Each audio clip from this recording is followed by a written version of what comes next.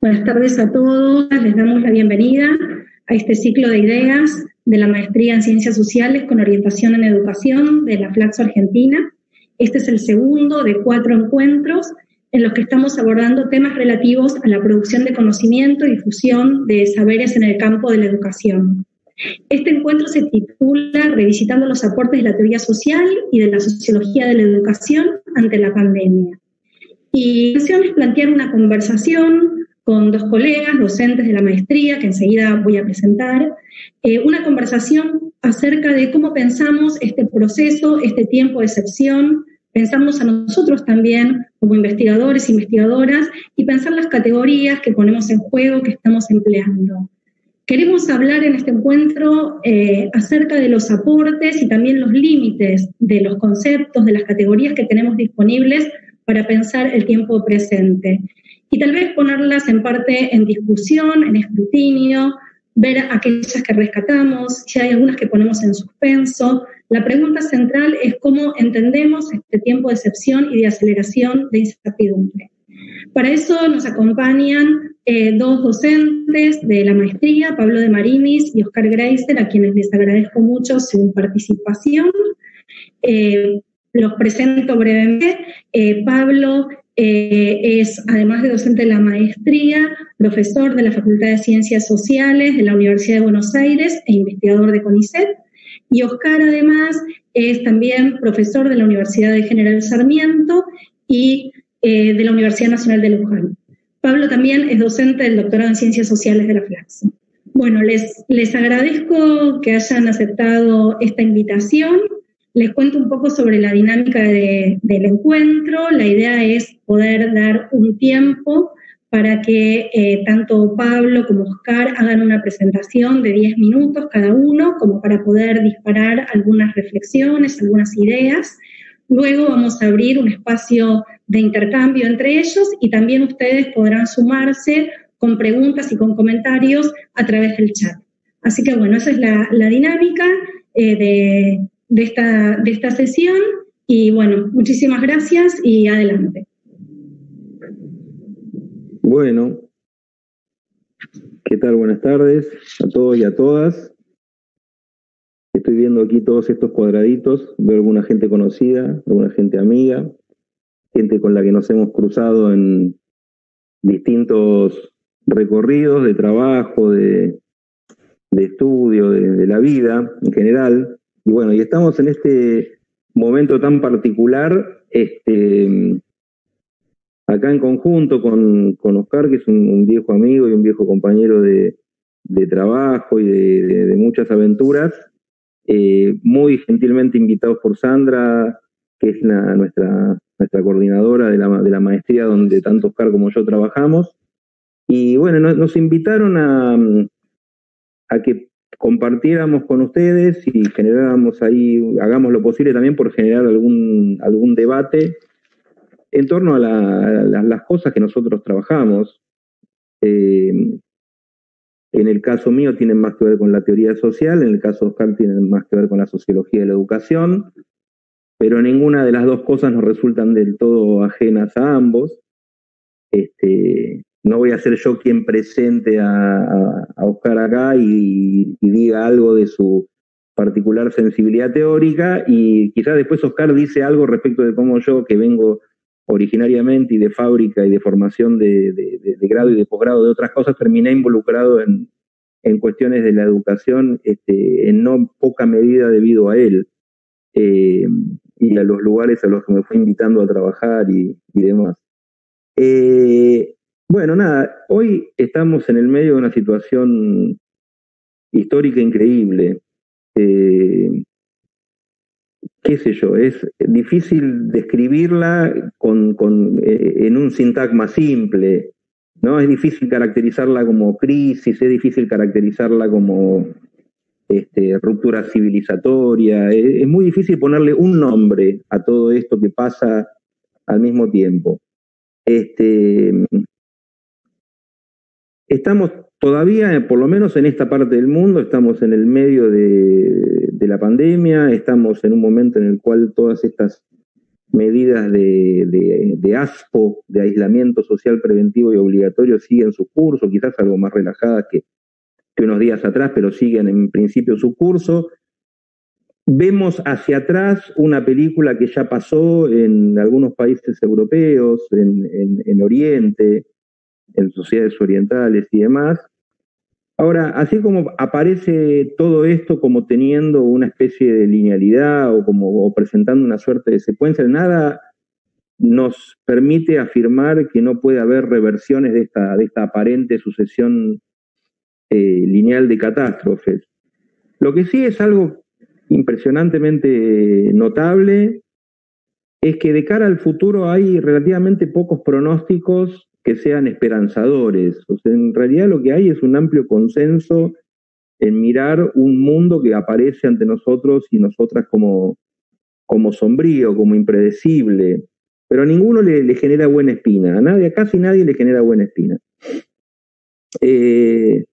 Bueno, nada, así sucedió. Los primeros días las primeras semanas del 2020, esta pandemia se irrumpió y se dispersó en todo el mundo, y bueno, y a quienes trabajamos en las ciencias sociales y en las ciencias humanas, en ese kiosquito del mundo académico, nos cayó encima la sorpresa, del mismo modo que le había sucedido a nuestros colegas y a nuestras colegas a finales de los años 80 del siglo pasado. Nosotros éramos jóvenes estudiantes, Oscar y Sandra estaban en la Facultad de Filosofía y Letras, yo estaba en la recientemente fundada Facultad de Sociales, y se nos vino encima, sin que casi nadie lo pudiera prever, el derrumbe de esa experiencia civilizatoria de la modernidad que fracasó y se derrumbó, que fue el llamado socialismo real.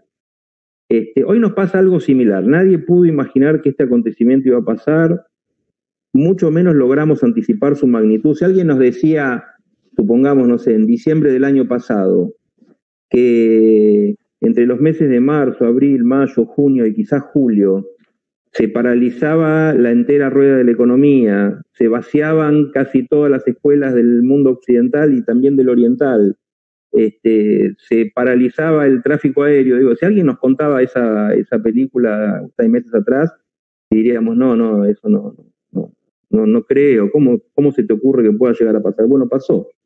Y así que de un momento a otro, sin tener mucho tiempo de prepararnos para este viaje, sin poder pertrecharnos, digamos así, espiritualmente, bueno, nos vimos obligados a quedarnos en casa, al menos quienes, como supongo muchos y muchas de los que están aquí presentes, no somos trabajadores esenciales, somos gente vinculada, digamos, al mundo educativo, al mundo intelectual, al mundo académico, y bueno, así estamos, en casa. Entonces, nada, tanto en el caso de Oscar como en el caso mío, en el caso de Sandra es igual. Tenemos una pata de nuestra actividad que es la pata docente. Bueno, y esa pata docente más o menos se reconvirtió al vaivén de los requerimientos o de las exigencias o de las demandas que los respectivos empleadores nos formularon. En algunos casos, en algunas instituciones hubo así como exigencias forzosas de virtualización, en otros casos la exigencia fue más lábil. Pero bueno, en principio, nada, eso, la tarea docente más o menos la reconvertimos, inventamos algunas estrategias, quienes no veníamos trabajando de esa forma empezamos a hacerlo. Eso es, si bien es problemático y generó estrés y todavía seguimos pensando que estamos haciendo lo que podemos, bueno, en realidad siempre hacemos lo que podemos, ¿no? Pero digo, en este caso más todavía. En el caso de las cuestiones de investigación es distinto, me da la impresión, ¿no? Porque, nada, yo les voy a contar, digamos, cómo lo experimenté yo. Así como avancé más o menos pronto y sin darme demasiado tiempo para repensarlo en la reconversión de mi actividad docente, en todo lo que era mi actividad de investigación, la verdad que lo primero que yo sentí frente a todo esto es una gran perplejidad, que prácticamente me paralizó. Ahí sí me imaginé tuve la imagen, yo nunca practiqué boxeo, pero tuve la imagen de ese boxeador que liga piña tras piña durante varios minutos y que queda tan golpeado que no puede ni siquiera levantarse. Bueno, esta sensación tuve. No, la verdad que los primeros días no me atrevía a nada más que a leer muchísimo y a leer con mucha avidez, pero además en un registro de lectura distinto de la lectura que uno encara cuando quiere evadirse, cuando quiere distraerse, cuando quiere divertirse. Digamos, cada uno de los ejercicios de lectura que yo emprendí en esos primeros días de cuarentena aquí en mi casa tenía más que ver con apropiarme y consumir todo lo que veía que mis colegas estaban produciendo. Y ahí vi que era muchísimo y me generó como una gran sorpresa. Digo, bueno, ¿cómo hacen? ¿Cómo pueden? Ahí tengo que establecer un primer sesgo, un primer matiz, digamos. Lo que me llamó la atención para aquellas personas que están comprometidas así con prácticas de investigación empírica en las más diversas orientaciones o en los más diversos temas, vi que rápidamente todo el mundo empezaba a preparar sus formularios de Google, sus formularios de encuestas, como diciendo, yo no me quiero perder de relevar esta situación, que vaya uno a saber si alguna vez va a volver a producir. Entonces, bueno, nada, quien ya venía investigando sobre, no sé, pautas de alimentación o vestimenta o conductas sexuales o formas de trabajo de la economía popular, el tema que cada uno venía investigando rápidamente encontró la forma de empezar a relevarlo. Entonces empezaron a aparecer primero unos tibios Google Forms, y a los pocos días ya empezaron a aparecer las primeras apropiaciones, las primeras codificaciones, las codificaciones preliminares de esas protoinvestigaciones empíricas. Después ya con el tiempo esas producciones empezaban a ser un poco más sólidas. A mí me llamaba mucho la atención eso y además me generaba una gran envidia, porque yo que soy una especie de consumidor y productor de teorías, decía, yo no estoy a la altura de nada de esto. No estoy en condiciones de hacer lo que siempre hice, que es eso, que tiene que ver con lo de enseñar. Sí lo hacía, digamos, seguía enseñando como siempre, a mi manera, con videitos, con recursos diversos, con guías de lectura, con lo que sea, pero esta cosa del ejercicio, del trabajo con la teoría, que además yo sentía que tenía que estar a la altura de este desafío civilizatorio, tenía que decir algo que fuera realmente contundente y que aportara, que cumpliera, digamos, la función pública de contribuir o de aportar a esta coyuntura. Bueno, y entonces, en esas primeras lecturas yo lo que encontré era una gran disparidad de producciones, lo cual me permitió derivar un par de afirmaciones que no deberían entenderse en un sentido normativo, ni de establecimiento de formas correctas o incorrectas de hacer las cosas, porque no es esa mi intención, ni mi onda, ni mi propósito, ni mucho menos. Pero la verdad que me sorprendió, ¿cómo decirlo? O sea, nunca antes me había parecido tan desenfocada y tan impertinente la pretensión de la gran teoría. Para quienes me conocen hace años, yo soy un hincha ferviente, casi un barra brava de autores pesados de la teoría sociológica. Me encanta Parsons, me encanta Luhmann, pero yo digo, ese tipo de esfuerzos de escribir la teoría, de encontrar o de pretender encontrar en la teoría la gran clave interpretativa para todo lo que nos pasaba, se me antojaba hueco, se me antojaba impertinente, se me antojaba sobre todo pretencioso y además perezoso. Doy un ejemplo, no está bueno andar hablando mal de la gente, pero él no se va a enterar nunca. Giorgio Agamben. Aparecieron a los pocos días de la irrupción de la pandemia en Italia unas tristísimas notas firmadas por Giorgio Agamben, en las cuales persistía en encontrar en todo esto que estamos viviendo una confirmación de sus viejas posiciones en torno al estado de excepción. Cuando claramente hay muchos elementos que permiten distinguir las experiencias de encierro, de confinamiento, de restricción de nuestra movilidad, hay muchas evidencias de que no podríamos calificarlas del mismo modo. Bueno, me pareció, eso es un ejemplo, digamos, de una jugada que yo la encontré perezosa, digamos, de alguien que no estaba haciendo el esfuerzo como creo que deberíamos hacer todos y todas, de ponernos a la altura de esto, tratar de encontrar algunas claves interpretativas que nos ayuden a pensar y a comprender.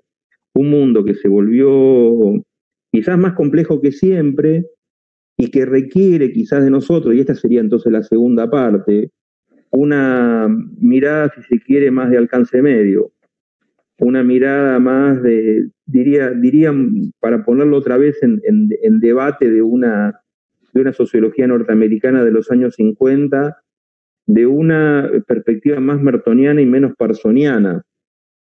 Me di cuenta también y se me hizo como muy brutalmente evidente que tenemos que tomarnos en serio ahora todo lo que está implicado en esa famosa jugada hegeliana del búho de Minerva. Necesitamos más tiempo y más perspectiva antes de lanzar afirmaciones que no sean irresponsables. Me da la impresión de que este es un momento en el cual, más que buscar la respuesta y la clave interpretativa y más que revolear al viento afirmaciones del tipo vamos hacia un mundo en el que, no sé, desaparezca el contacto humano, se quede abolida la escuela, el trabajo muera una vez más, digo, hubo tantas declaraciones de muerte del trabajo, de la escuela, de la sociedad, que además se revelaron como prematuras, que no sería tampoco ahora el momento adecuado para subirse a afirmaciones de ese tipo. Entonces, nada, que más que obsesionarnos con buscar la respuesta o la clave interpretativa, me parece que este es un momento de más productivo, sería más productivo plantear buenas preguntas, pocas, más sobrias, y en esa sobriedad pueden quizás adquirir su profundidad y su radicalidad. Este es un momento donde quizás en términos de la elaboración teórica, quizás menos sea más. Y bueno, y en esa inspiración es que estoy leyendo algunas producciones recientes en torno a la pandemia y a la cuarentena, y estoy también pensando algunas cosas de cara al futuro. Pero muy lejos, digamos, de la pretensión gran teorética que las ciencias sociales a veces cultivaron, aunque no siempre. Pero bueno, nada, yo voy a dejar por el momento acá que sirva esto como una especie de puntapié inicial. No sé si respeté los tiempos que nos habíamos establecido, y después me gustaría retomar más adelante dando algunos ejemplos de qué me parece que podrían ser ahora, en esta clave interpretativa del presente, preguntas interesantes para hacernos, sobre todo de cara al mundo que está emergiendo ante nuestros ojos. Bárbaro. Bueno, muchísimas gracias, Pablo. Le damos la palabra a Oscar para que haga su presentación y bueno, adelante. Hola, buenas tardes a todas. Veo muchas caritas y nombrecitos de gente conocida, de amigas, de colegas, estudiantes. Agradeciendo, les voy a ahorrar toda la parte inicial, me sumo a lo que dijo Pablo, con quien, además de participar de esta conversación a la cual nos invita Sandra en el contexto de nuestro trabajo en la maestría, venimos charlando porque mantenemos una relación extra académica, pero que no podemos dejar de hablar de algunas de estas cosas. Y en esta invitación me interesa rescatar algunas cuestiones vinculados al momento en cómo lo vivimos. Creo que no podemos dejar de decir que tenemos este privilegio en el que estamos acá y en la posibilidad, como suelo decir en clase, del privilegio de parar la pelota y en el contexto de un espacio universitario y académico, en el arenero que nos han armado y donde jugamos, como muchas veces decimos con Pablo, suspendiendo vínculos con padecimientos, reflexiones, sentimientos que nos vinculan al encierro, a los dolores y a esas otras caras que son las más fuertes de este momento. Nos damos el lujo de tener una conversación sobre cómo se nos movió la estantería teórica, aunque política, diría yo también, en relación con pensar este momento y el que viene.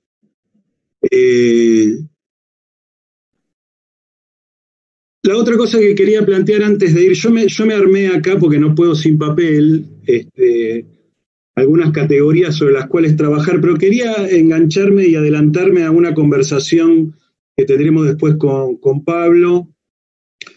Pensé algunos de los conceptos que se ponen en cuestión ahora que nos son útiles y hasta dónde. O sea, el ejercicio que nos proponía Sandra es, bueno, ¿qué categorías nos sirven y cuáles no desde el punto de vista teórico y desde el punto de vista metodológico? Y ahí en mi propia tarea de investigación yo ahora tenía que hacer dos cosas como investigador. Lo primero tenía que hacer unos análisis de materiales de observación y de entrevistas, y tenía que terminar de armar una salida a campo.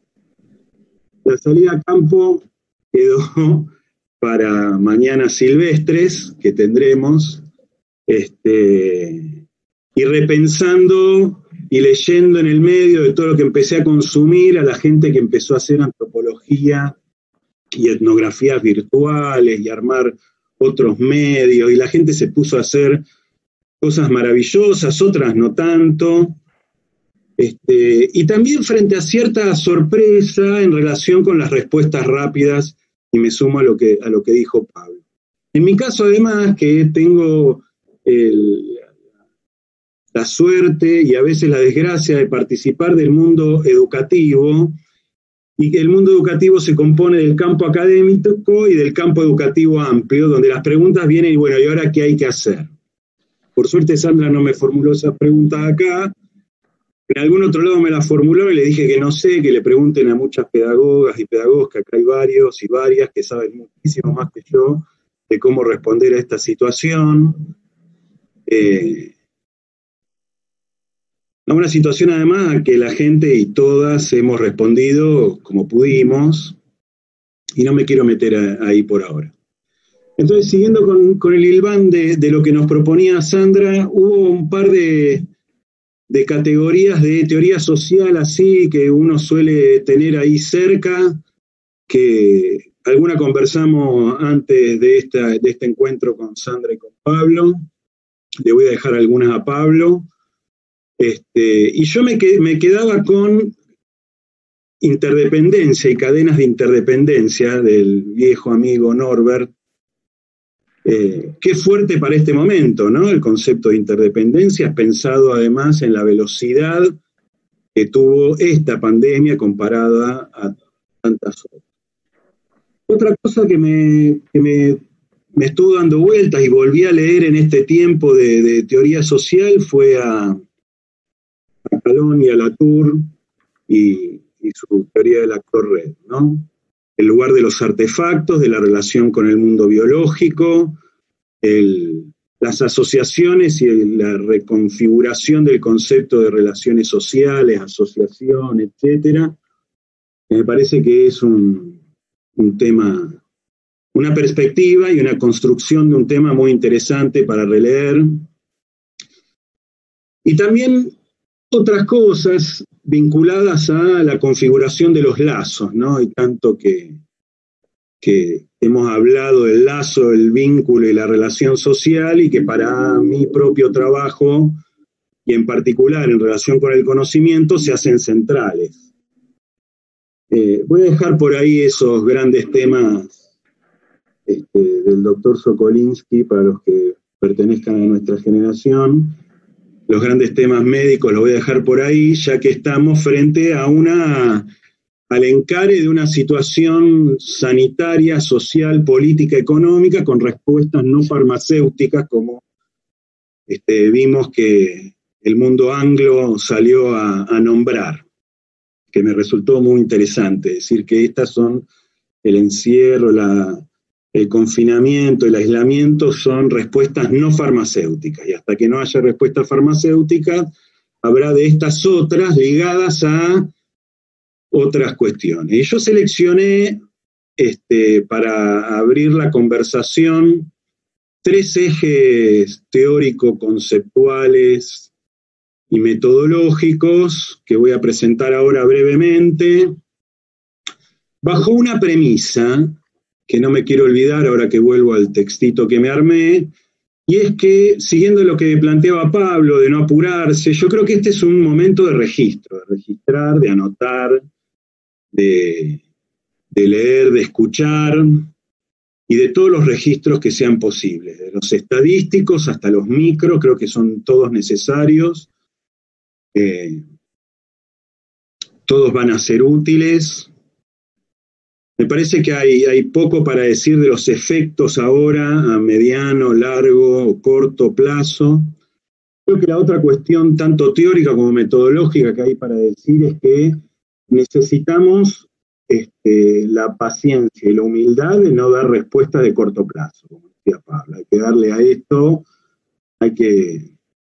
no sé, escuché a alguien, y en esta conversación tengo en la cabeza todas las que he escuchado, con lo que he leído y qué sé yo,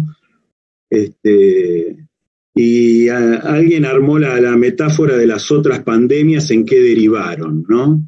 En qué derivó la peste negra, en qué derivó la pandemia la epidemia del 18, de 1918 y las consecuencias que tuvo en Alemania y la República de Weimar. He escuchado un poco de todo.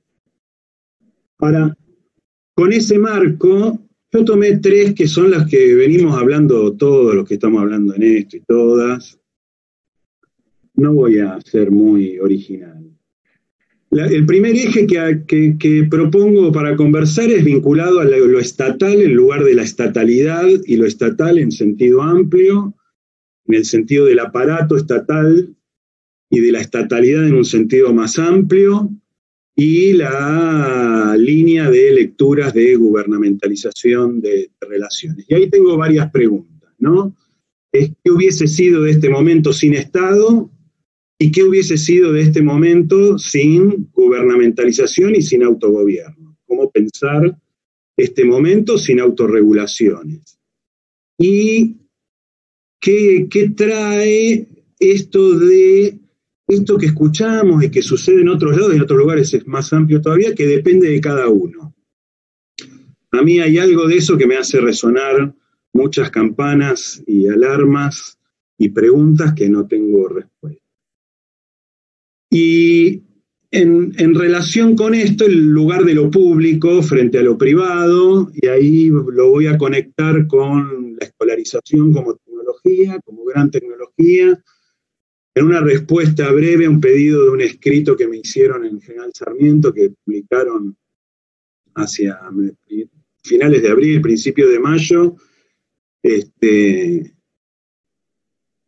Ponía el problema de la suspensión de la escolarización como tecnología, como gran tecnología que tiene, más allá, y ahora sí, más allá de todas las críticas que se han hecho, y que tiene una potencia económica de tener a la niñez, a la adolescencia, a cargo de adultos expertos y expertas, durante, me hice la cuentita, 70% de los días hábiles del año, durante gran cantidad de horas, y ahí suceden cuidados, encuentros y todas esas otras funciones, ¿no?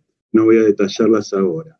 Ahora, cuando se suspende la escolarización, se suspenden muchas cosas, y yo creo que estamos frente a una escolarización suspendida, y hay muchas preguntas en relación a qué reconfiguraciones habrá de lo escolar, si van una vez por semana, 2 veces por semana, qué impactos tiene la suspensión. También se me vino en relación con esto una pregunta de Simons y Maschlein acerca de la domesticación de la escuela. ¿Cuánto puede haber en este momento de efectos de diversas relaciones con la domesticación y la domestización de lo escolar. Ahí voy a ir en un ratito. Me tomo 2 minutos más, Sandra. Y vinculado con esto, una cosa que vengo leyendo desde varios lugares y que me resulta muy interesante. Yo llegué a Bernard Stiegler, y lo que él llama la disputa por el tiempo de atención, las luchas por el tiempo de atención. Yo llegué a este tema gracias a un texto de Jorge La Rosa, diciendo que la escolarización es una gran tecnología para disciplinar y ordenar atenciones. Y Stiegler habla de la disputa de las corporaciones por el tiempo de la atención en las pantallas, por el tiempo de la atención en la televisión, en los telefonitos, los estudios pormenorizados de cuánta atención hay que ponerle a un personaje en un videojuego, cuándo tiene que venir una distracción, cuándo va en un cambio de escenario, cuánto se sostiene el mismo escenario, y es un tema que me resulta muy interesante. Pero voy a ligar el tema de la suspensión de la escolarización con otro tema que yo he trabajado desde antes y que la pregunta por la escolarización es clave de cuánto nos sirve en este momento como categoría. Lo voy a ligar con un concepto que yo conocí por Basil Bernstein, que es la de sociedades totalmente pedagogizadas, que fue un escrito que se publicó post-mortem, póstumo, acerca de una sociedad que pedagogiza el conjunto de la existencia y que el conjunto de la existencia es dable, de evaluación y pedagogía. Y me parece que el traslado y la suspensión que supone la escolarización me volvió a esa lectura. Yo, siguiendo esa línea, encontré que en Rancière, en 2 oportunidades, la primera en El maestro ignorante, hace una referencia a la infantilización de la sociedad como una forma de pedagogizar lo social. El segundo eje que planteo es el de el tercero, perdón, ya dije el de la estatalidad, el de la gubernamentalidad, el de la escolarización, y el tercero es el que yo puedo hablar tal vez un ratito más, y no lo voy a hacer ahora mucho, pero es el problema de cómo definir los contextos de transmisión. ¿Qué pasa ahora?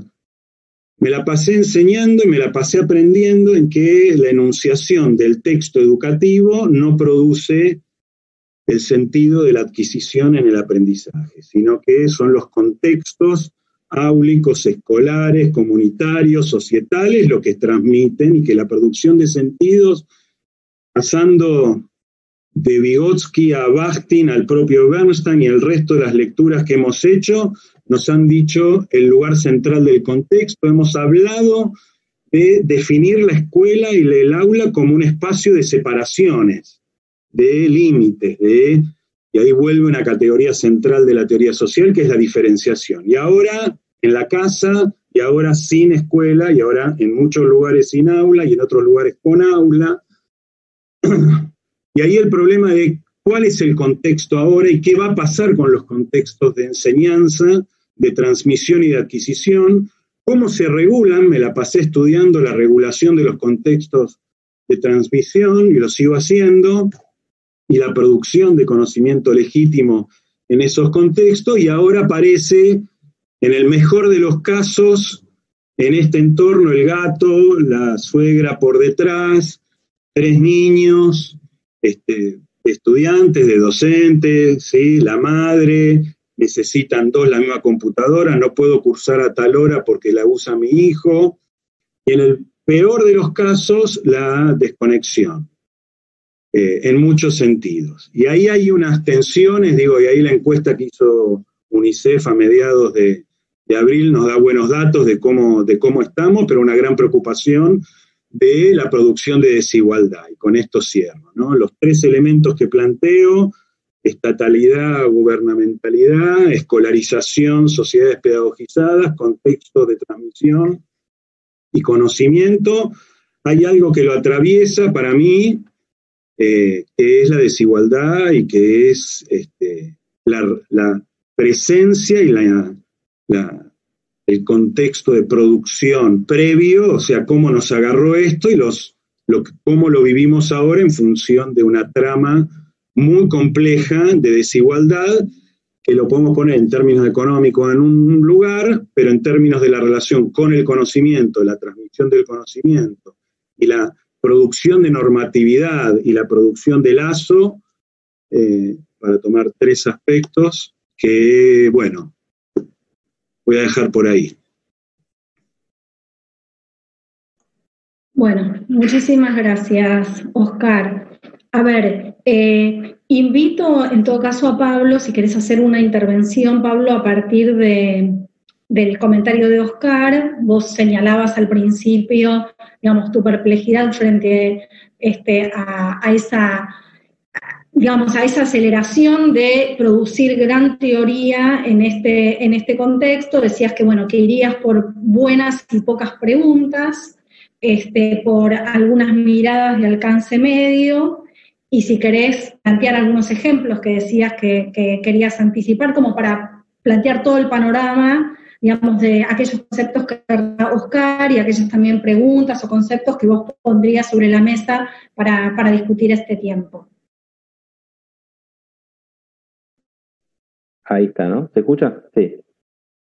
No, a ver, esta es una actividad organizada por la Maestría en Educación y nada, los ejemplos ya los planteó Oscar, digamos. Yo no, como si lo hubiéramos planeado esto, pero en serio no lo planeamos así, pero me parece que esta manera de organizar las preguntas que acaba de hacer Oscar recién es un poco lo que yo estaba apuntando, digamos. La afirmación de Oscar no es vamos a una sociedad post-escuela, ni tampoco es la idea de la muerte de la pedagogía, el COVID y la muerte de la pedagogía.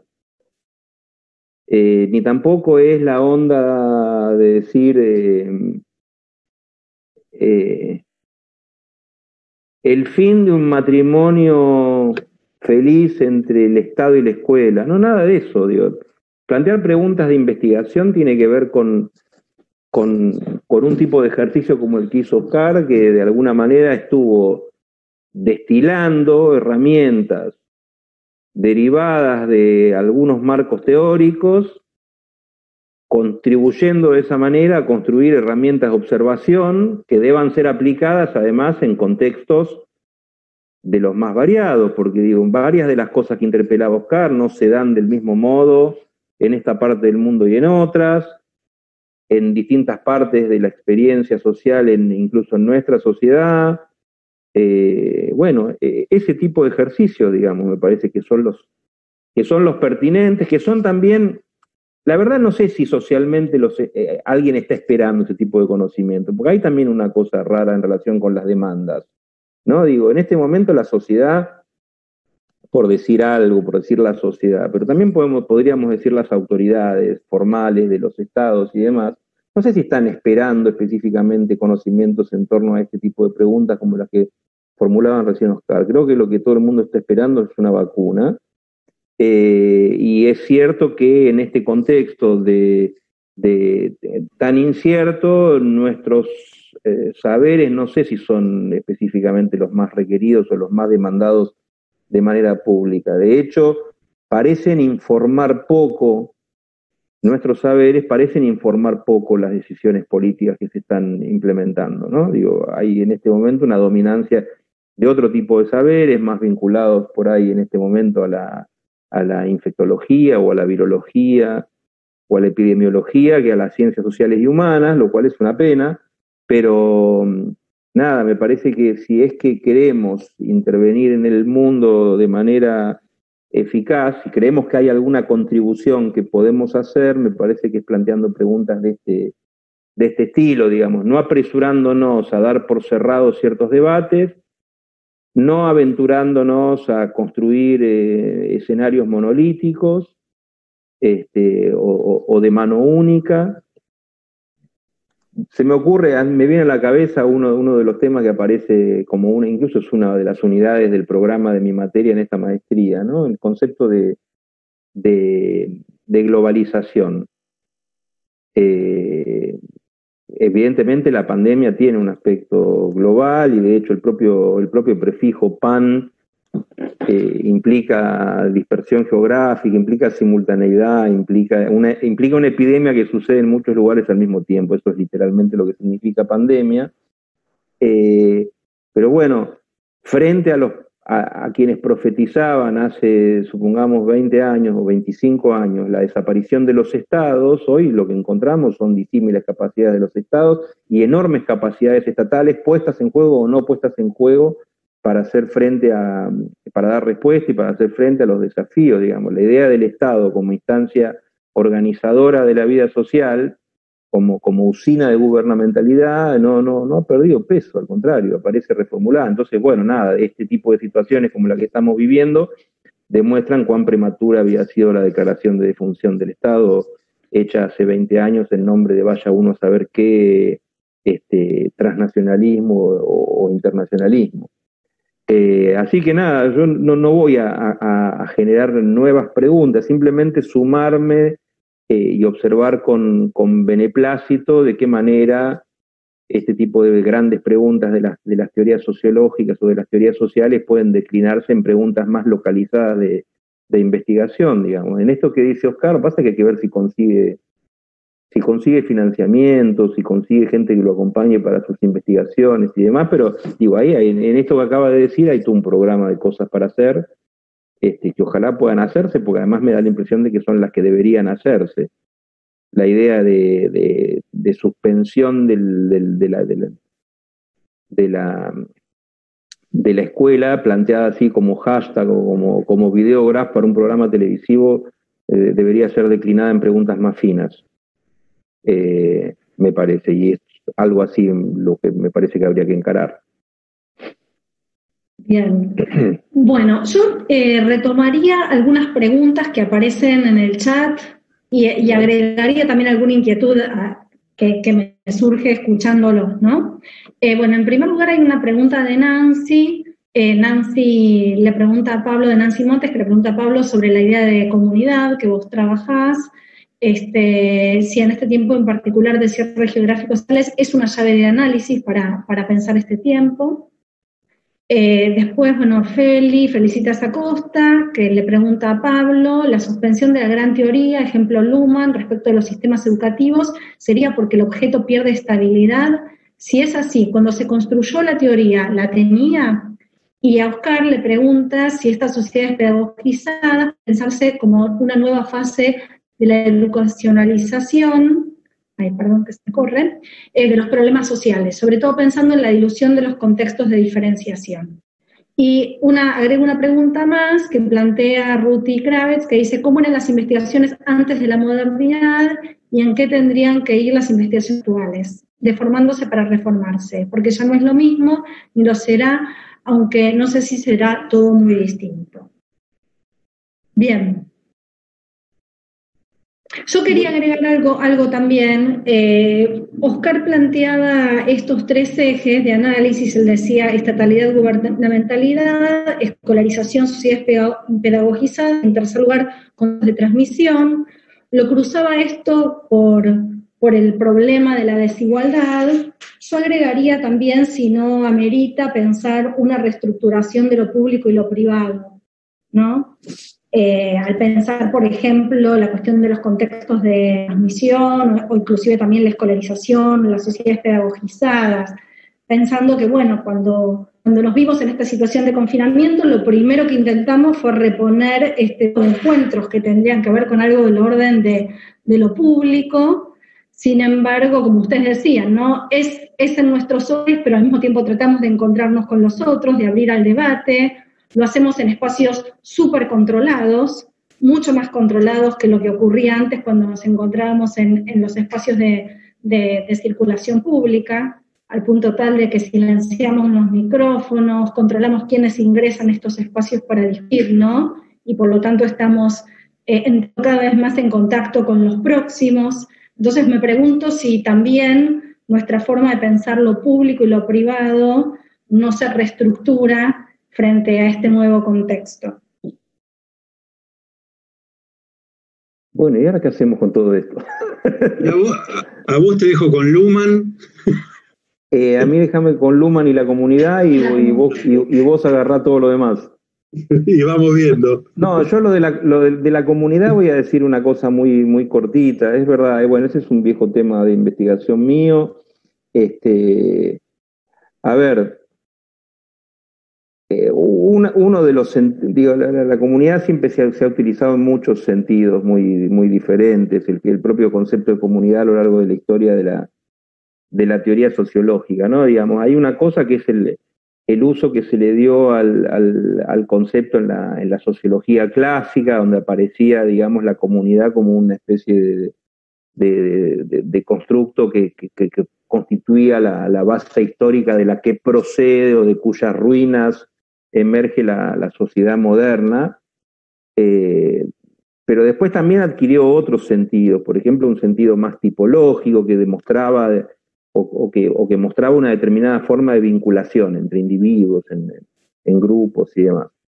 Y esa forma de vinculación siempre vino connotada positivamente por su positividad, por la intimidad, por la proximidad, por la cercanía, por el calor y en muchos casos por la copresencia. Bueno, en este momento la comunidad se reconfigura, lo cual no necesariamente quiere decir que desaparezca, se reconvierte en otros formatos, de interacción. Además, a todo el mundo le queda claro, es la sensación que tenemos de que si bien hay cierto tipo de prácticas y cierto tipo de modalidades de vinculación interindividual que han venido para quedarse o que han venido para reforzar algunas tendencias ya previas a la emergencia de todas estas novedades, también es cierto que en algún momento volveremos a ciertas formas de copresencia y de ese modo la comunidad será comunitaria como era. Pero yo, así como en algunos casos aparecen, digo, volviendo a mi irritación o mi molestia con la gran teoría, no tengo la irritación o molestia con la gran teoría en sí, sino con cierto uso que se hace de ella, a partir del cual, por ejemplo, se pudiera deducir, bueno, vamos a una sociedad postcomunitaria, la muerte de la comunidad. Ese tipo de... En particular, en este momento estoy particularmente enemistado con ese tipo de afirmaciones. Me molestan. En otro momento las dejaba pasar, incluso me parecían a veces como indicadores sintomáticos, porque digo, a veces lo que tienen esas consignas tipo hashtag o tipo videograph de la televisión es que llaman la atención, advierten, cumplen una función, si se quiere, pública importante en el discurso de la ciencia, la advertencia, el llamado de atención de algo que es importante. Pero en este momento me irrita, me cansa, me aburre y me parece perezoso de parte de quien las pronuncia. Y bueno, y después la pregunta de Felicitas es una pregunta... ¿Dónde está? Que no la veo. Está por acá. Ahí está. La pregunta de Felicitas, porque me gustaría mirar el cuadradito correspondiente cuando contesto. La pregunta de Felicitas es así capciosa, porque dice, bueno, cuando se construyó la gran teoría de sistemas, el mundo social era estable. No, la verdad el mundo social nunca fue estable. Pero vuelvo en este caso a decir lo mismo que dije recién en relación con la comunidad.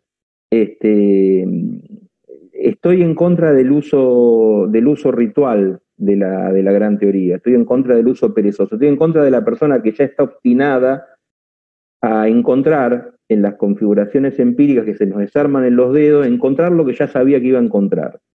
En ese sentido, compro más una actitud, si se quiere, de curiosidad más Foucaultiana, que está dispuesta a salir de cómo uno sale de un proceso de investigación de manera diferente a como entró.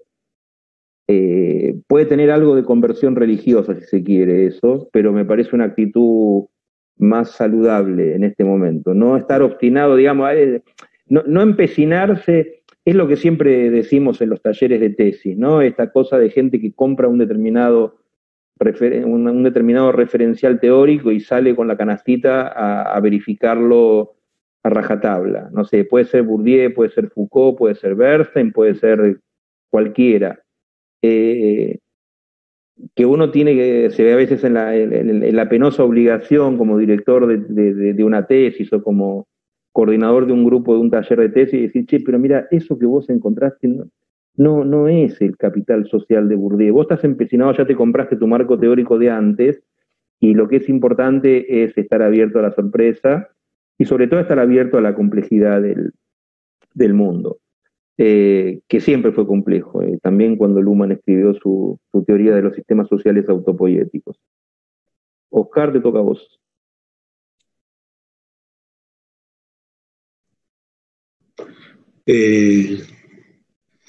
Me interesaría seguirla con Luhmann y en relación a la producción de contextos, pero lo vamos a dejar ahí, porque me parece que hay algo a mí me despierta algo de la pregunta de Felicitas en relación con algo que vengo rascando más este último tiempo en relación a la producción de contextos. ¿Cuáles son los contextos? ¿Cómo delimitamos? Ahí voy en la línea de lo que decía. Me preocupa cómo vamos a describir los contextos de transmisión, con qué herramientas las vamos a... Y ahí lo vamos a describir y luego ver qué encontramos para ver qué explicamos, ¿no? Y ahí me sumo a lo que dice Pablo, y como acá hay presentes algunas estudiantes, vuelvo a insistir con la idea de que arrancar por la interpretación es lo peor que podemos hacer, ir con el cuadradito y tratar de encajarlo. Si no encaja, rompemos lo que tenemos ahí delante y nos quedamos con el cuadradito que teníamos antes, en ese juego exegético de llevar la categoría por encima, o llevar, que la categoría se lleve puesta lo que tiene delante.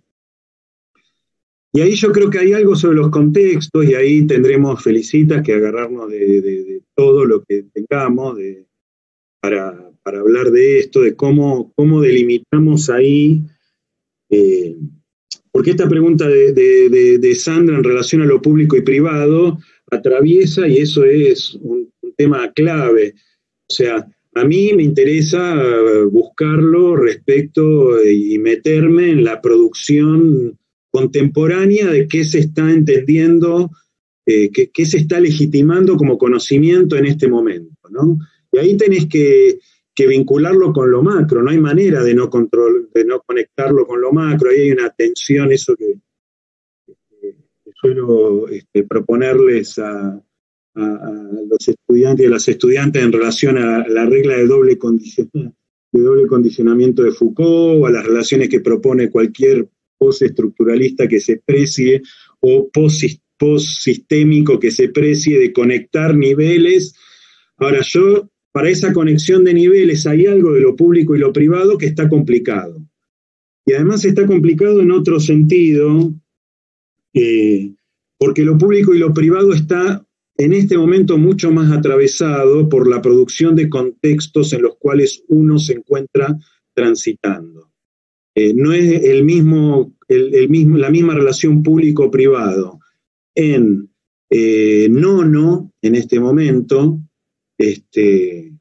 en el barrio, que ahora es barrio, que es la Villa 31, que allá en Surdó, al fondo, ahí lo público y privado funciona diferente en lo perirural y lo periurbano, de lo que funciona dentro de lo urbano. Me parece que ahí la categoría incluso público-privado la tenemos que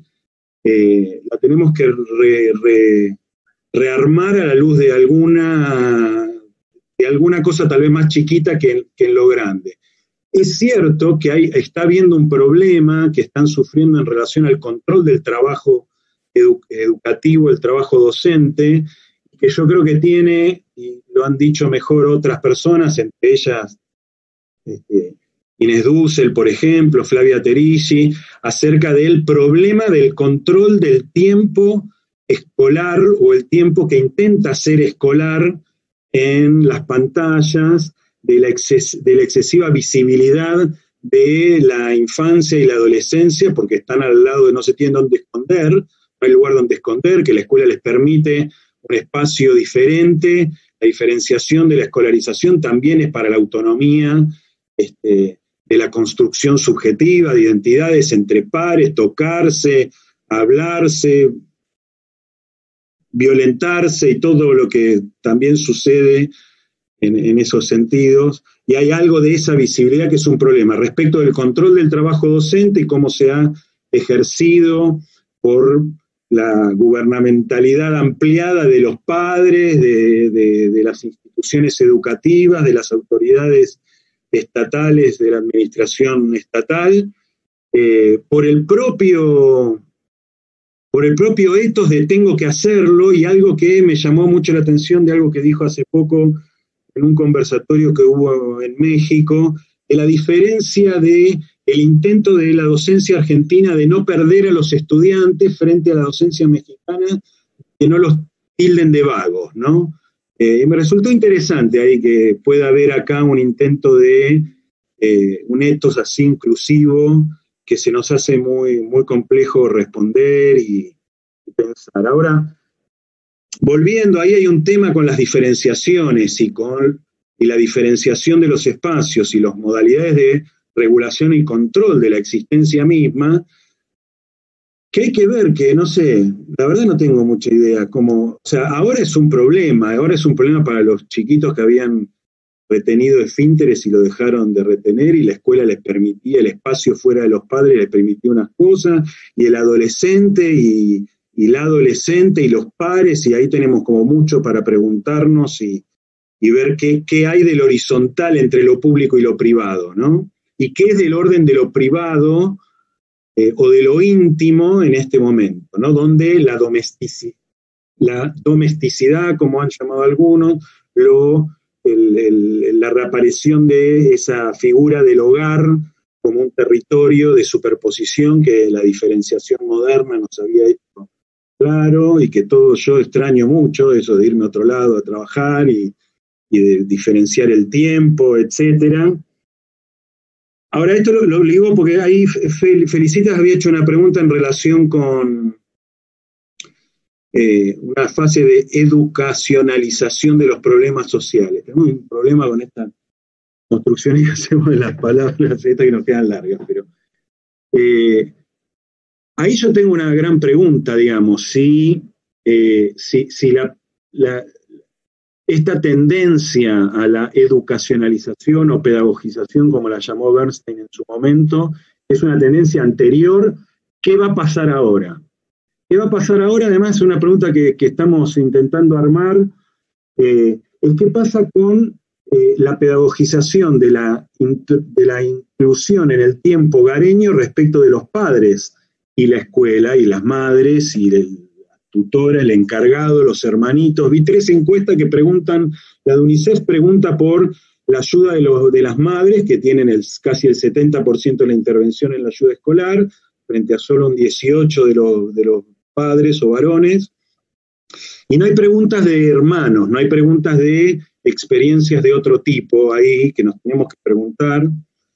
Y ahí yo no sé, me parece que hay que ver qué sucede respecto de esa recepción en el hogar de la actividad que intenta ser escolarizada, que intenta reproducir, ¿no? No sé si vieron el meme ese de Nepal School, imitando la pintura de la pipa con una computadora, no sé si lo vieron por ahí. Me parece interesante, digamos, ahí hay un conjunto de preguntas para hacernos, para producir investigación y para sacudir categorías que teníamos. Me preocupaba, y lo dije, Sandra, en relación con el atravesamiento de la desigualdad, porque ahí sí tengo preocupaciones que pueden ser más del orden, si se quiere, de lo político, ligada a la comprensión de lo social que tenemos, en algo que pensé hace algún tiempo, y después por suerte escuché decir a otro que todo esto depende de cuánto tiempo dura y cómo sigue después, y no sabemos, ¿no? Pero hay algo ahí de los efectos producidos en términos de desigualdad.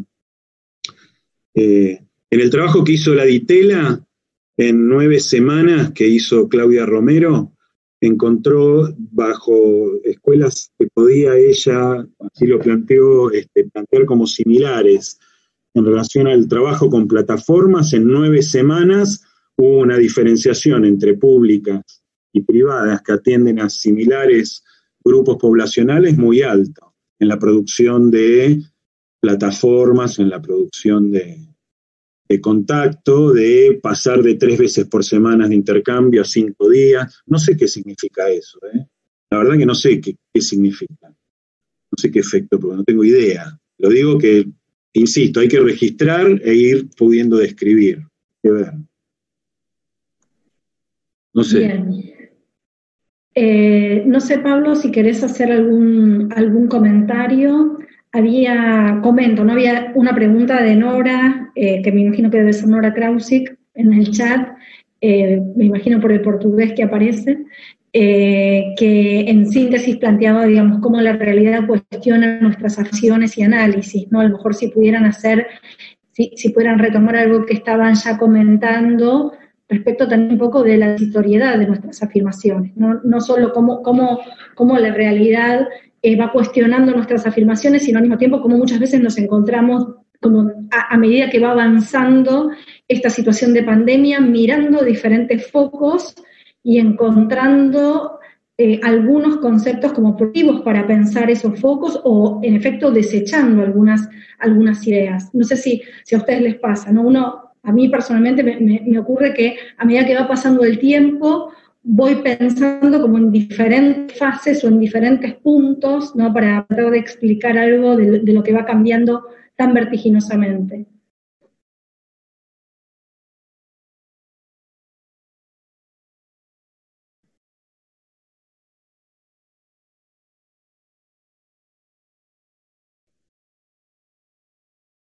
No, la verdad, no sé qué más agregar a esto que estuvo circulando, digamos. Yo creo que, a ver, me parece que hay un consenso de que tenemos que hacernos cargo de esta nueva situación, pero que también tenemos que estar abiertos a ver en qué medida es nueva y qué cosas son enteramente nuevas y qué cosas simplemente han recibido a partir de, vamos a ponerle comillas, todo esto, a partir de todo esto, que habría que ver qué nombre le ponemos, han recibido un empujoncito, digamos. Hay cuestiones vinculadas a desigualdad, de las que venía hablando Oscar recién, que pueden ser planteadas al nivel de las grandes teorías de la desigualdad y su relación con el capitalismo, o que pueden ser localizadas en ámbitos específicos de interacción social, digamos, formas de sobrellevar vamos a llamarlo así, bien elementalmente, formas de sobrellevar la experiencia de la escolarización en contextos distintos. Oscar mencionó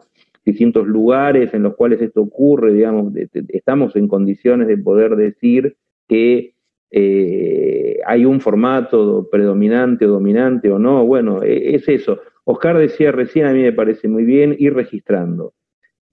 Ahora, ese ir registrando no se hace de cualquier forma. Que tampoco se interprete lo que yo dije al comienzo de en mi presentación como una especie de desprecio de la teoría o como una especie de impronta antiteoricista, ni mucho menos.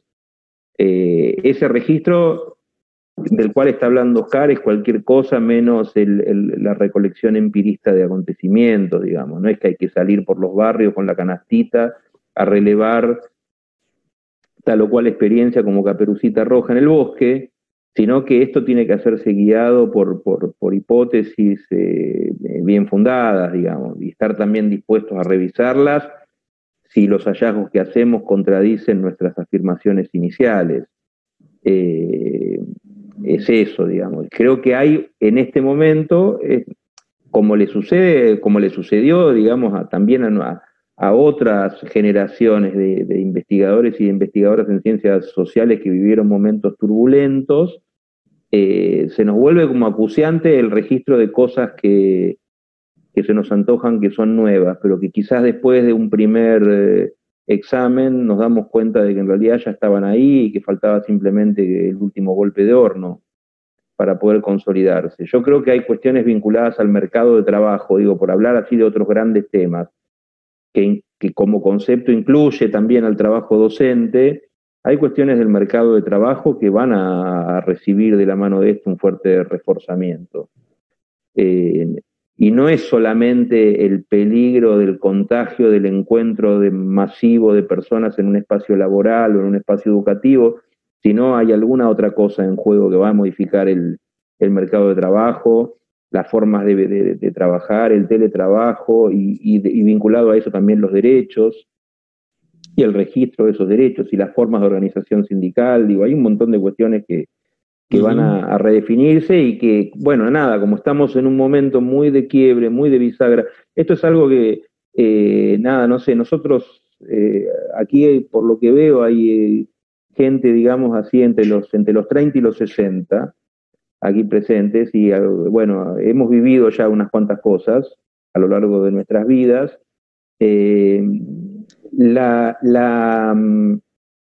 Yo mencioné al principio de mi presentación, mencioné el derrumbe de los socialismos reales, también podríamos agregar las crisis del 2001. Me da la impresión de que ninguna de esos dos grandes acontecimientos tiene la magnitud ni va a tener las consecuencias de este, pero son presunciones. Son solamente impresiones que tengo ahora, pero como no estoy así en una especie de ejercicio de higiene epistemológica, no voy a decir nada hacia adelante, no voy a decir vamos hacia un mundo tal o cual, porque justamente ese tipo de actitud el que me parecía que hay que llamarse a sosiego y no cultivar más. Bien. Eso. Bueno, no sé, Oscar, si querés alguna reflexión final. Estamos casi sobre la hora, así que bueno, propongo un comentario a modo de cierre antes de terminar el encuentro. No mucho más. Me quedé con esta conversación porque es la que tenemos con quienes estamos tratando de pensar cómo indagar, que me parece que esto que decía Pablo del registro que retomamos juntas, esta idea de hay que formular unas preguntas, hay que poner a tambalear ahí. Si era Nora Kravchik, le mando un gran saludo. Tenemos el tema de las preguntas, de con qué preguntas vamos, o sea, ir a ver, por ejemplo, voy a dar un ejemplo. Ir a preguntar si vamos a encontrar desigualdad o no es una pregunta interesante. A eso creo que nos referíamos con Pablo y al middle range de ir a buscar. Me parece que hay que refinar, hay que dejar la motosierra y agarrar un bisturí más fino y tal vez la foto digital, en el sentido de refinar preguntas, porque hay algunas que ya sabemos la respuesta, digamos, la teníamos hasta ahora. Y Nora decía, ¿qué nos pasa con el análisis? A mí me parece que lo que tenemos, y con esto cierro, es que armar comunidad de preguntas y más de estos foros de intercambio, de formular y refinar preguntas hasta este momento y ver cuál es el saber que va a salir de acá, cuál es el saber experto y cuál es el saber de la teoría social. Y ahí haría que hay otra línea para meter. Si no, ahí dejo. Agradezco, nada más. Bueno, a ver, muchísimas gracias. Yo diría de ir cerrando, porque también hablando de los tiempos de atención, como decía Oscar al principio, los tiempos de atención en el Zoom son más volátiles, así que, bueno, vamos a ir cerrando el encuentro. Efectivamente ha habido un intercambio fructífero respecto del alcance de las categorías, de poder repensar nuestras preguntas, de tener la flexibilidad suficiente como para ir apresando este tiempo y no tratando de encajar conceptos, que lo planteamos como una alerta para los estudiantes, haría extensiva la alerta también para los investigadores, ¿no? Que es una situación que se evidencia mucho en este momento de esta tendencia a ajustar categorías, pero a veces también es una práctica preexistente, hablando de esos procesos que se profundizan en este contexto. No diría que es una dinámica que sea solo en este contexto, así que en algún punto es saludable volver sobre estas alertas. Bueno, les agradezco a todos, a todas asistir al encuentro. Les comento que el próximo es el martes el miércoles 24 de junio. El tema es sobre la investigación educativa y la producción en tiempos de aceleración, redefiniendo objetos y modos de investigación. Van a estar una parte de los docentes del taller de tesis de la maestría, Mariana Nobile, Sebastián Fuentes y Daniel Pincas, que nos van a estar acompañando, así que están todos y todas invitadas. Seguimos discutiendo la cuestión de la producción del conocimiento en educación, como podrán ver, y todas estas presentaciones están disponibles en el canal de YouTube. Los invito, si quieren suscribirse, quedan grabadas y pueden volver a verlas. Así que bueno, muchísimas gracias. Y para aquellos que quieran, nos vemos el miércoles próximo, el miércoles 24 de junio. Hasta luego. Gracias, Pablo, gracias, Oscar, y a todos quienes nos acompañaron. Muchas gracias por la invitación y a todo el mundo por escuchar. Muchas gracias. Gracias, gracias. Igualmente. Hasta luego, hasta la próxima. Chao. Chao. Chao.